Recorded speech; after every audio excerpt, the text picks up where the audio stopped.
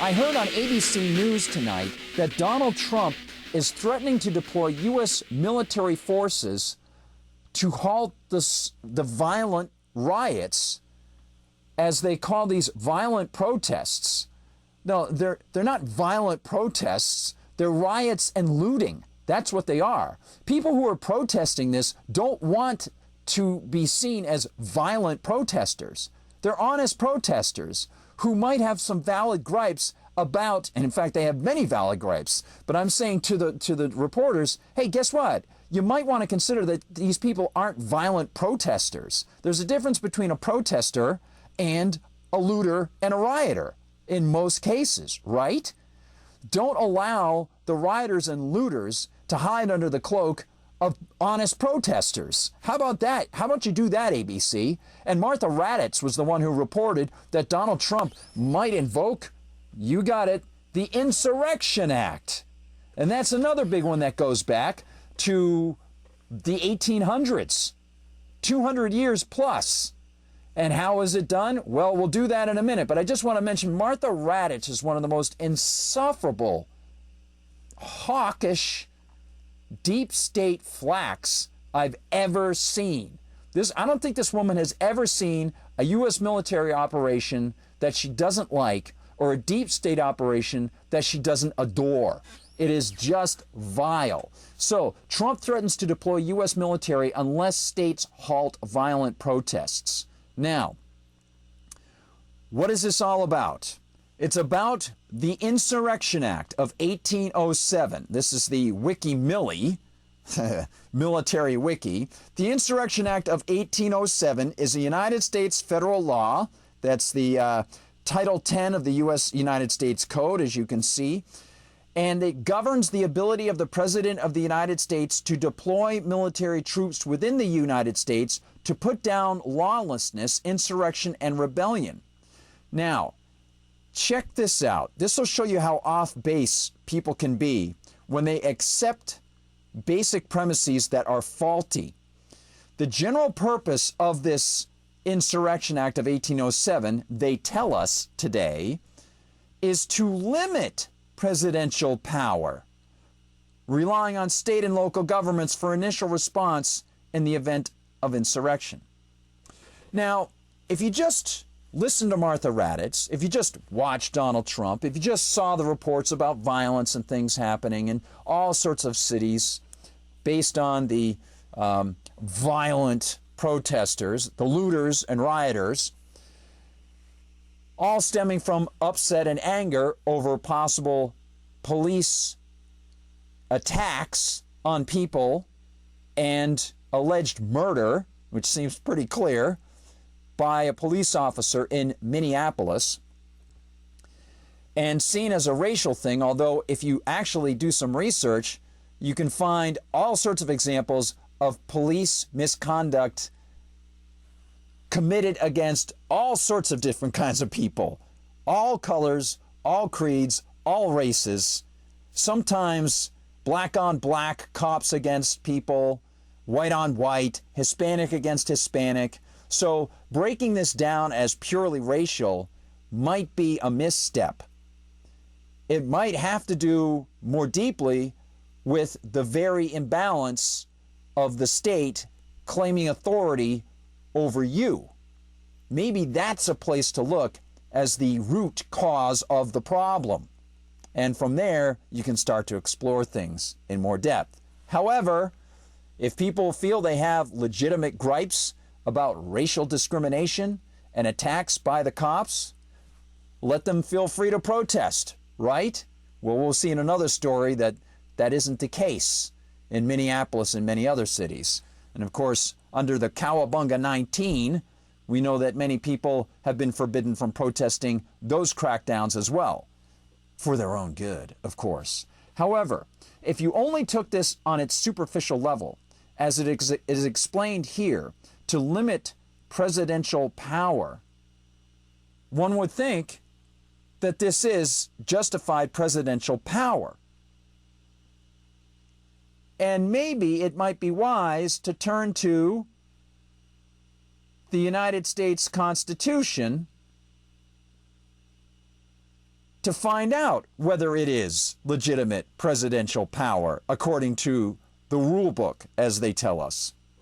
Because you'll see in Article 4, Section 4, the United States government already restricts the president from being able to use troops in states. The only way a president can employ troops inside states is if state legislators ask the president or the United States government to enter, to protect a Republican form of government or stop domestic violence. Here is the pertinent section. The United States shall guarantee to every state in this union a Republican form of government and shall protect each of them against invasion. And that is answered by a declaration of war, or if it's not a state actor, the Congress can issue letters of marque and reprisal. And inside, on application of the legislature or of the executive when the legislature cannot be convened against domestic violence. That's not application of the federal legislature. That's application of the state legislature or the executive of the state when the legislature can't be convened against domestic violence. This is precisely the situation we're seeing now. The Insurrection Act of 1807 was not something that limited the presidential power. Typical of federal laws, it usurps the Constitution, which itself is a usurpation of the Articles of Confederation and is a usurpation of individual liberty and is forced on people. They usurped it by saying they're limiting the presidential power. They actually expanded the presidential power and circumvented Article 4, Section 4 of the Constitution. Very clearly. It is inarguable. Here's a little bit more on the code. If you want to look it up, Legal Information Institute, the U.S. Code, federal aid to state governments. Whenever there is an insurrection in any state against its government, the president may, upon the request of its legislature or its governor, if the legislature cannot be convened, call into federal service such of the militia of the other states in the number requested by the state and use such of armed forces as he considers necessary to suppress the insurrection. Now that is simply a reiteration and rewording of what is in the Constitution. But here is the next part of the code, something they added, which is completely contrary to the Constitution. Whenever the president considers that unlawful obstructions, combinations, or the president considers when unlawful obstructions, combinations, or assemblages or rebellion against the authority of the United States, that is the federal central government, make it impracticable to enforce the laws of the United States in any state by the ordinary course of judicial proceedings, he may call into federal service such of the militia of any state and use such of the armed forces. That's completely unconstitutional, completely, utterly, ridiculously contrary to the very foundational precepts of the Constitution of the United States. Right there. There is no arguing about that. It's right there. The Insurrection Act of 1807 did not limit the president in any way. It expanded the powers of the president. Unbelievable. Unbelievable. Title 10, the United States Code. You want to look it up. You can check it all out. Now, why is this important? Well, it's important.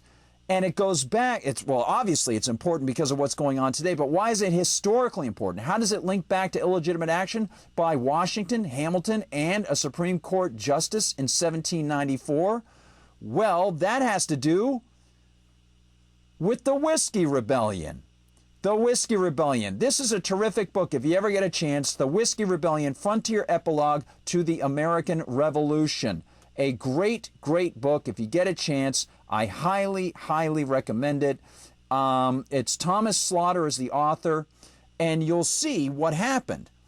That Alexander Hamilton, who was Treasury Secretary under George Washington. And by the way, he got that through glad handling and having special favors pulled. He didn't know anything about finance, as is very clear. He didn't know anything about economics, but he knew a lot about political gamesmanship and friends. He was one of the big pushers for the Constitution to push out the Articles of Confederation. And one of the ways he was able to do this was he appealed to people who held U.S. Revolutionary War bonds. Those war bonds had become utterly worthless, and he was able to convince a lot of his friends who were involved with banking and speculation to buy those bonds up at pennies on the dollar from very poor farmers who had invested to try to support the American Revolution. And the new government was not getting taxes from the states in order to pay back these war bonds. The states were defaulting on their debts, and so the federal government, under the Articles of Confederation, was not paying back the war bonds. Well, Hamilton, in the plotting way that he was so famous for, to leave a preposition dangling, successfully convinced a lot of these wealthy people to buy up these bonds and then pushed for a new government. Originally, there was not going to be a new constitution. They were simply going to revise the Articles of Confederation. But he pushed for a new constitution that would give them central taxing power, and he wanted a central bank, which he got for a while, by the way. They had an artificial central bank. They had a banking monopoly for a while under the Articles of Confederation, and that was a complete mess as well under Robert Morris. However, Hamilton successfully got these guys to buy the bonds, and then, once the Constitution was passed, the internal taxing power of the federal government was applied in an excise tax onto whiskey. It was an unequal tax. It was not proportioned equally, and it allowed the big Eastern whiskey makers to be able to pay a lot less for what they were putting out versus what some of the more rural whiskey makers were making. In fact, I'll show you a little clip of this towards the end of the video. It's terrific, and it comes via some wonderful folks over at Historical Spotlight. But right now, I'll give you this information from Murray Rothbard and the Mises Institute. The main distortion of the official view of the Whiskey Rebellion was its alleged confinement to 4 counties of western Pennsylvania. From recent research, we now know that no one paid the tax on whiskey throughout the American backcountry, that is, the frontier areas of Maryland, Virginia, North and South Carolina, Georgia, and the entire state of Kentucky. President Washington and Secretary Hamilton chose to make a fuss about western Pennsylvania precisely because in that region there was a cadre of wealthy officials who were willing to collect taxes. Now, just to let you know how corrupt this was, in this early 1790s, 1794 is when they moved on these guys. They tried to start the tax in 1791. I want to give you some information about how this happened. Remember, under the Constitution, the president, this is the rules of the Constitution now. I don't necessarily agree with this. Under the rules of the Constitution, the president can move inside states if the legislature of the state or the chief executive of the state ask for help to suppress violence and keep their Republican form of government against insurrection, right? That's the Insurrection Act, again, was written in 1807, supposedly to restrict the powers of the president, but clearly it expanded the powers of the president. So how was it that Washington and Hamilton were able to move into Pennsylvania when the governor of Pennsylvania did not ask for their help and the legislature of Pennsylvania did not ask for their help? How? I'll tell you how. Justice James Wilson, who was one of the key pushers with the Federalists, along with Hamilton and Madison, at the Constitutional Convention, who came from Pennsylvania and was an associate justice appointed by Washington onto the court, the Supreme Court, he just declared that Pennsylvania whiskey makers who weren't paying the excise tax were in insurrection. And that was what Washington used as a rationale to march on those people in a completely contrary way than what is spelled out in the Constitution. It doesn't say when a Supreme Court justice says there is insurrection. They circumvented the Constitution. They marched on those people with an army larger than the size of the Army of the Potomac and had between 13,000 and 15,000 troops. Unbelievable. Finally, Minneapolis cops shoot paintballs at people standing on their own front porch. This one is absolutely stunning. And for the opener, I want to just mention, again, hats off to Brian Young of High Impact Vlogs. I'm going to refer to Brian in just a minute. But right now, I want to refer to Tanya Kerson. Tanya Kerson was the one who got this footage and put it out there. This is from a suburb of Minneapolis. And it shows you, just like Brian says, they are under martial law. And I want you to think about something as you watch this. In fact, I'll mention it afterwards. Just watch this footage. No, there's more. Look at this. They just keep coming. Go! Go inside! Get inside! Get inside! Get inside! Get in your house now! Let's go! Light him up! Go inside now! Get in the house!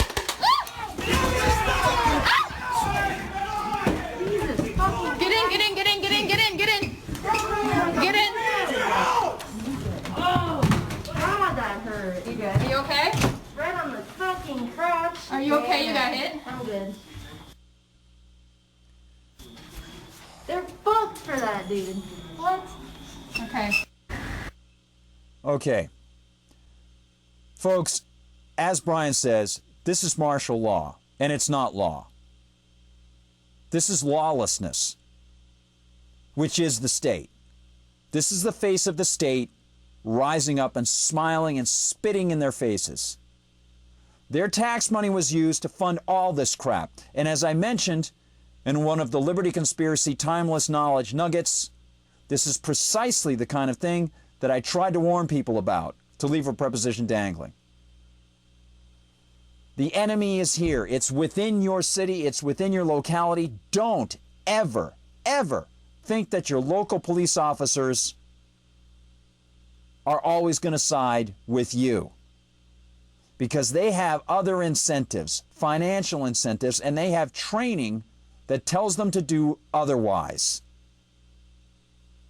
Imagine this, and this is what I was going to mention before.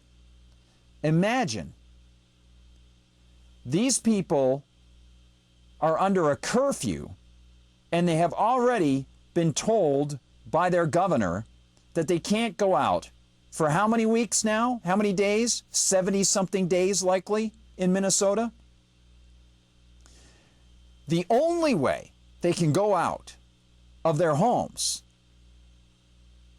under this cowabunga crackdown that has preceded this riot crackdown is if they can go to a job that has been deemed worthy by the agents of the state in order to make a little bit of money to pay for their food and pay the state to continue funding these people and pay the state so the state doesn't take away their home at which they were staying and on which they were standing, their own property. These people are trapped under house arrest by the state and only allowed to leave if they are going to work to get money to give to the state to continue to imprison them. Incredible. Absolutely incredible. And I want to turn to Brian as a way to invite you again to go to High Impact Vlogs Please visit High Impact Vlogs. He already has tons of subscribers, of course, but he's awesome. Brian's the man. He's just freaking great. So he went and found the CBS Minnesota affiliate, and he noted this. Watch how they report this. And I'm only going to give you a couple seconds because this is Brian's stuff. I hope you will go there. Watch this. Great job, Brian. This on this news story right here. This is from CBS Minnesota. The title of the article is "Light 'em Up." Video appears to show law enforcement shooting paint rounds at Minneapolis residents on their porch. This is martial law, by the way. Martial law. Right. This is coming to us via Twitter. This is coming from the Whittier neighborhood. I don't know if there's sound on it or not, but these are police officers moving through the streets of the Whittier neighborhood. Oh, I did see this. This is... Get inside! Get in your house now! Let's go! Light 'em up! Go inside now! Get in the house! Those are pirates. Mafia. Get in, get Mom. in, get in, get in, get in, get in. Get in.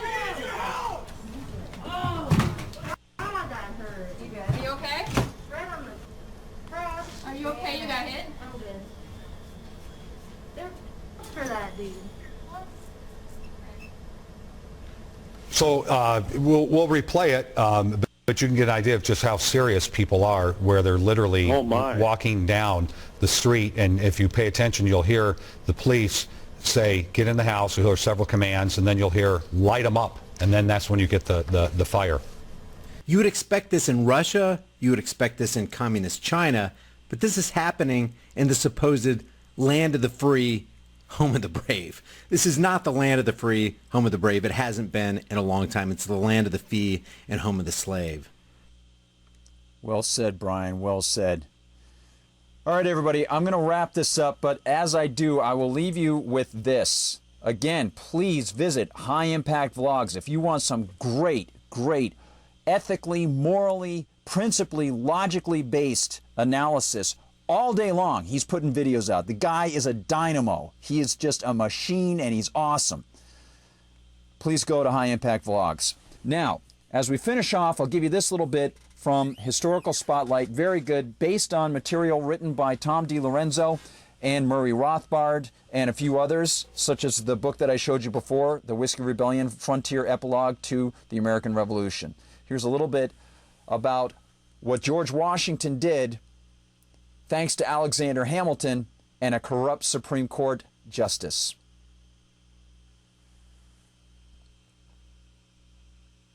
The American War for Independence had taken a severe toll on the new nation. From the opening shots at Lexington and Concord, through the grueling winter at Valley Forge, and ending with the triumphant victory at Yorktown, Americans paid for the war in blood. 7 years after the war, Americans were still paying with their treasure. Following the ratification of the new Constitution, the United States federal government found itself burdened with an excessive amount of debt. Years of fighting a war with England had caused the United States to owe bondholders and others approximately $54 million. This would be comparable to a U.S. national debt of $4.1 trillion in 2009 by relative share of GDP. The states themselves had amassed a debt of approximately $25 million.